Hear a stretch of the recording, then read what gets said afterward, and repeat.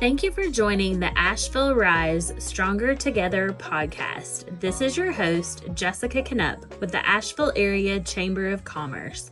I hope you enjoy today's episode. Hey everyone, thanks so much for joining us today. We are continuing on with our Women Who Lead Building Community Through Business series. And today we're here with Yvette Freeman. And she does a lot of things. I'm going to let you explain your different businesses that you have. But we're so glad that you're able to join us today. Well, thank you for inviting me. It's always a pleasure to talk with you and see you. But I am Yvette Freeman. I am owner of Red Angle Photography, which specializes in portraits, headshots, branding, basically anything but weddings. And also I am the publisher of the Envoy Guide digital magazine, which focuses on diverse businesses, artists, and community members with a strong focus on people of color, women, LGBT community, and any underrepresented group. Awesome. That's wonderful. And how long have you had each of these businesses? How long have you been? I started the photography business, Red Angle Photography, in 2016. And that was after many years in marketing and communications. My mom, unfortunately, had developed Alzheimer's, and I needed some time off. So I left my business in the corporate world to have time where I could be flexible to take care of her and be there for her. And that's when I said, let me at least try to do something where I'm still doing something I enjoy too. Right. And I started the magazine in 2021. Right after COVID. Well, ish. We're still in the middle of it. Kind of in the middle of COVID, but also as a result of COVID, also, we were all watching Netflix stuck in our houses, and there was this show that came on called Altered Carbon on Netflix, which is a really good show.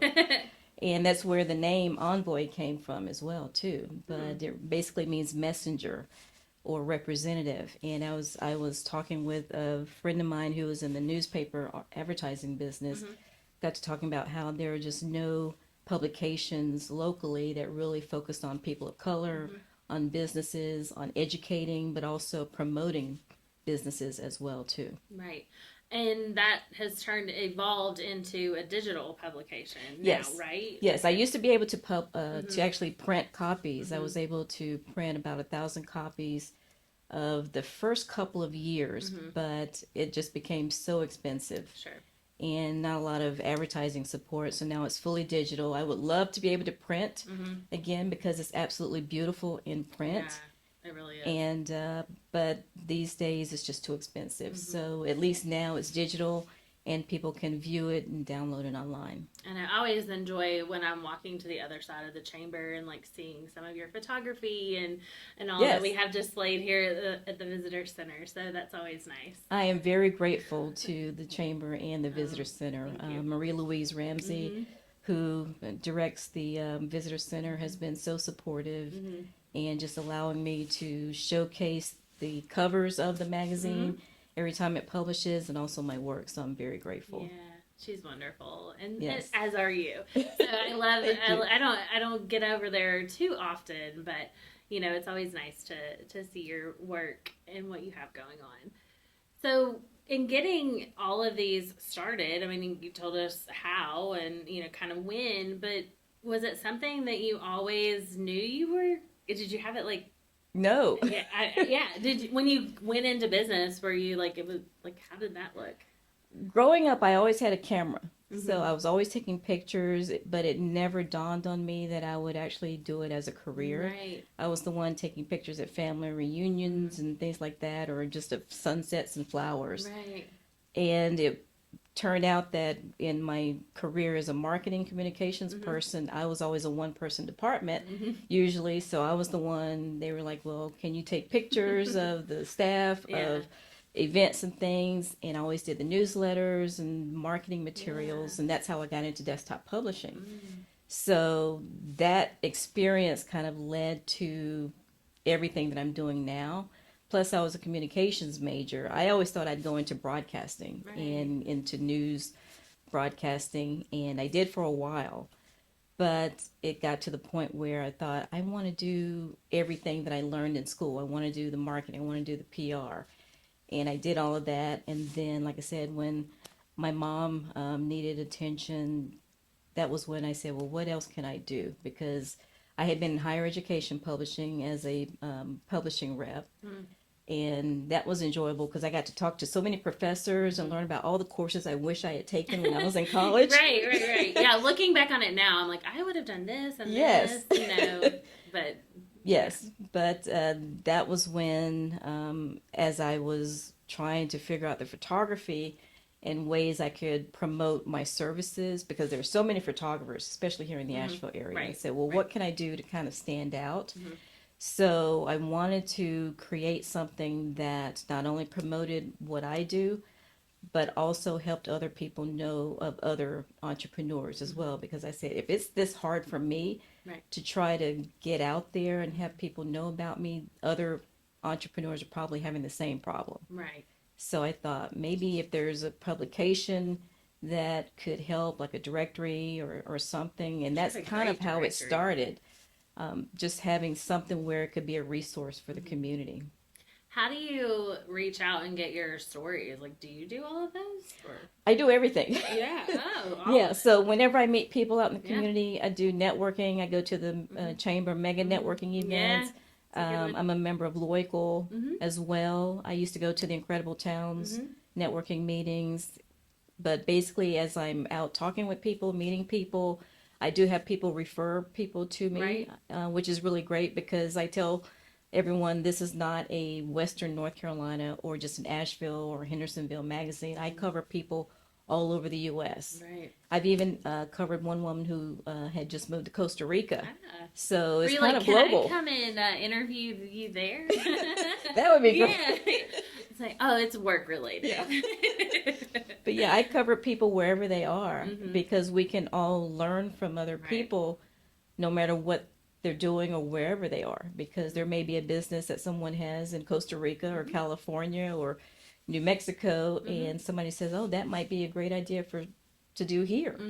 So I try to incorporate people from all over the country as much as possible. Yeah. And don't you think also unique to our area, like people are so collaborative and like working together, so like as you're meeting these different businesses, you're able to be like, oh, you know what, I need to connect you with such and such, and you can also be that connector as you're out in the community. Oh yeah, absolutely. After my second issue, I had a local PR agency happen to see the printed copy, because I was placing copies and also post offices too.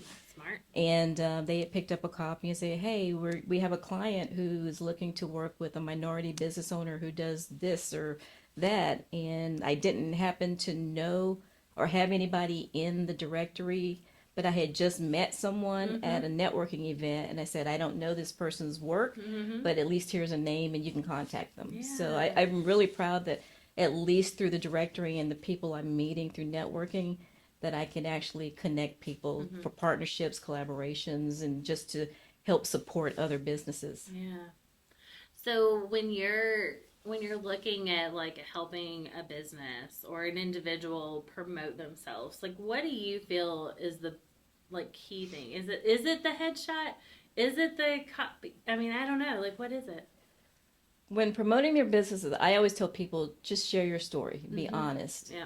Your headshot is usually the first impression that people see of you or your marketing materials. And that's why I always tell people, don't just rely on selfies and cell phone pictures, because it's not going to be the true you. Because number one, it's using a wide angle lens, which is not always flattering. Yeah. But you want images that really are going to relay trust, credibility, and also who you are as a person. Because one thing I've learned, especially based on my personal experience and also what other entrepreneurs have told me, is that Asheville is a very relationship heavy 100%. town. Whereas in other places like New York or Atlanta or places, if you have a good product, if you have the right price, or if your product meets their needs, somebody could go ahead and decide to hire you right there on the spot. Whereas here, people have to know your entire life history before they decide to do business with you. Yeah, it's so true. And we've heard that over and over again in these series. I mean, like the relationships, keep getting brought up. And, being just authentic to what you're doing in your business, and that is what comes across to your clients, and then they build that trust with you. I tell people all the time when we talk about joining the chamber, and maybe they're new here, and I'll say, you know, it's all about the relationships. Yeah. And then once everybody knows all your information, then they'll do business with you. You know? But like usually the first like 20 minutes of the conversation is like, how did you come here? You know, like, how did you get here? Like, where are you from? You know, but I mean, that's just how we are. Yes. You know? Yeah, I had one person I was working with one time, and she's another business owner. She was saying, yeah, I'm trying to do business with people in Asheville, and they want to meet with you 5 times for coffee before they even decide to do anything. Yeah, we love our coffee. We have so many great places to go. Yes. You know, coffee, lunch, dinner. I mean, you know. Yeah. So I always tell people, you got to get out there and network, because that was one thing that, as an introvert myself, I had to get over. Right. And I had to force myself to go to the network. And now I actually enjoy it. I enjoy the mega networking events, because it forces me to, number one, know how to describe what I do in 30 seconds or a minute or less. Right. But I get to meet all these different people and actually see what the area has to offer. Right. And that's 104 people that are in a room talking about their business, you know, with 1 minute to go. And you kind of, after you get through that, like, third table or so, you're like, okay, I got this. Yeah. But at first, it can be intimidating, and it's an exhausting couple of hours. Yeah. But it's fun. It's fun for me now, and it's nice to be able to walk in and I already know people.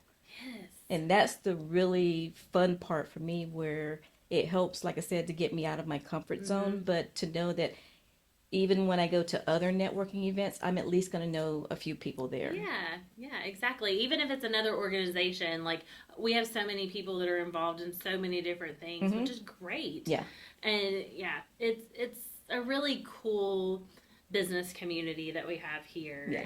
And I love that, like, we're a part of it, or I'm a part of it through the chamber, but like just genuinely, like, I want your business to thrive. I want to make those connections, you know, and when you're out there doing those, you're top of mind for people as well. Yeah, and that's one thing that has been hard for me, is staying top of mind, because it amazes me how people are willing to spend hundreds, thousands of dollars on Amazon or Etsy, but yet they're willing to spend that kind of money with people that they don't know. Right. I've never seen these faceless brands, but yet they have a hard time shopping local with people that they do know.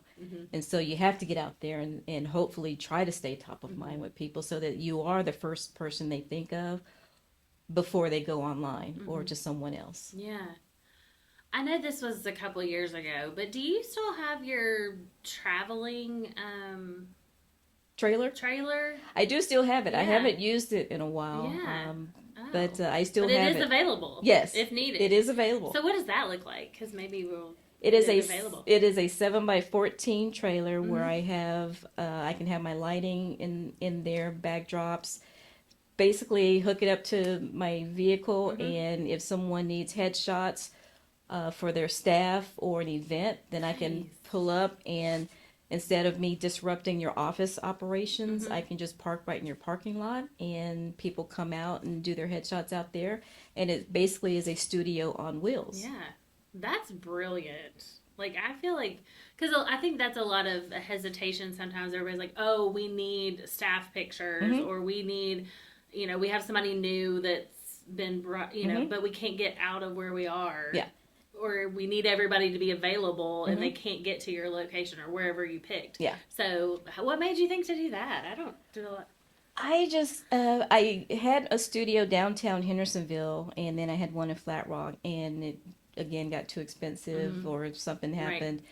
Right. And then I was using a cabin behind our house, and I didn't want to have people coming to the house, because you never know who's coming. You don't know who booked those That's pictures.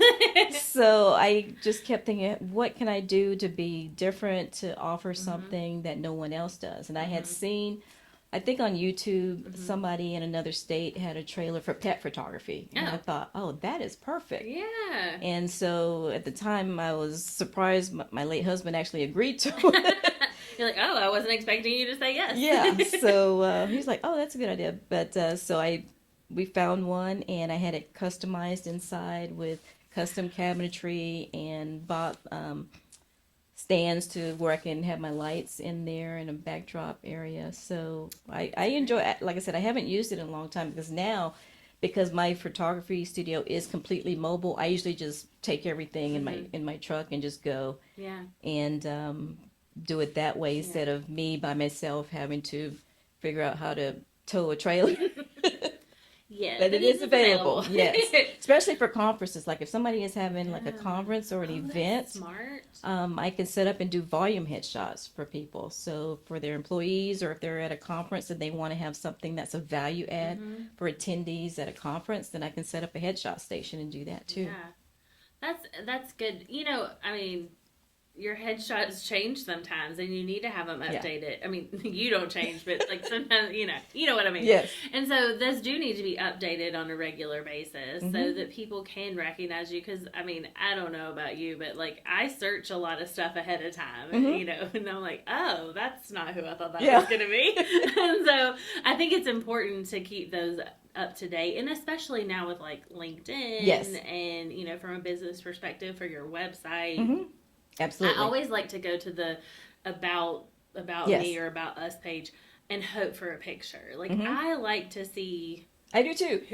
Who I'm dealing with. Yeah. You know. Yeah, and like I said, so many people use selfies, and I try to tell people that is not a true representation, because a lot of people are using selfies where it's just some casual picture with the mountains in the background, and you've been on a hike, or they just have a drink in their hand. I'm like, no. No, that's not it.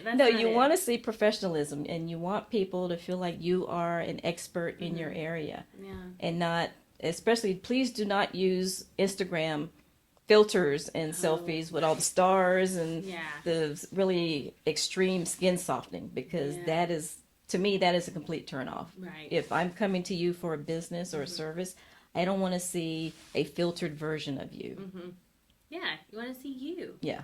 You want to see who you are as a person, and support that. So is there anything else, like from a business perspective or just in general, that you would like to share with us today about what you have going on?